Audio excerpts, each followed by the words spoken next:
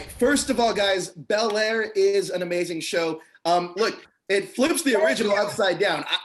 Obviously it's not a comedy, it's definitely a drama, but I absolutely love this show. Yes. In a way that I didn't think it was going to. But look, first question I have for you guys, the original Fresh Prince of Bel-Air is timeless, it's classic, it's an amazing show. Why has it stood the test of time for such a long amount of time? And that's for any of you. Because it's honest. You know what I mean? Like Will Smith came and brought himself, you know what I mean? His style, his just honest connection between each character. And that, I think that freed us as an audience to see ourselves in that. And then, we just watch it and then it becomes like a generational thing. My parents watched it, I watched it, my little brothers watched it, and we all see something about ourselves that we're like, either that we want to be or that we are. And absolutely. And I think also we grew up with Will, right? Yeah. There was that sense of even the Will in real life. It was like he's gone from rapping, fell into this role that Quincy, you had some meeting with Quincy Jones. And then kept the momentum. And it kept, the moment kept going, but the show was groundbreaking. It was doing things completely different from the Cosby, And it was the cultural references and also still addressing these important social and political issues as well, not only in terms of what's going on in the world or in America, but also between ourselves in the Black community. And I suppose that's also, you have to give props to Benny Medina, because his journey was different from that, but he was aware that if he did it identically in terms of his adoptive family, that's not pushing the movement in terms of Black storytelling. So the family had to be Black. And look, here we are now in this journey. And then the seed is actually Morgan Cooper, and Jabari Banks. They're like the hybrid of Will, right? It's Jabari's first gig and then Morgan's idea. The only way we could do this again is as a drama. Do you know what I mean? But it took Will to believe in him to make that Kansas City boy the king that he is now. Yeah. That's the best answer I've ever heard, Jimmy. Amazing. Thank you. He tends to do that a lot, so I don't speak. We be with him I'm shy. I'm so passionate. I love the, we love each other so much, So when it comes, when you get a dope question like that, it's like, you can't answer that in one sentence. Yeah, sure. Jordan, question for you. Now, your version of jazz is the living embodiment of Los Angeles hustle. How much of your own experience did you bring to jazz?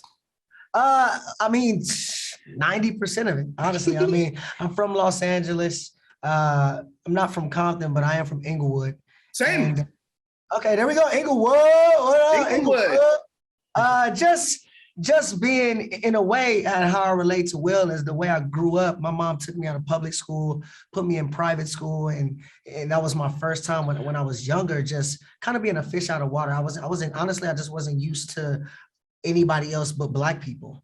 Sure. I wasn't. And just because of the neighborhood that I grew up in, and that obviously changed my life for the better. And so I kind of take that with me with the character, as in I know who I am, but I definitely had an experience where I was a fish out of water at one point. And that's my relationship with Will.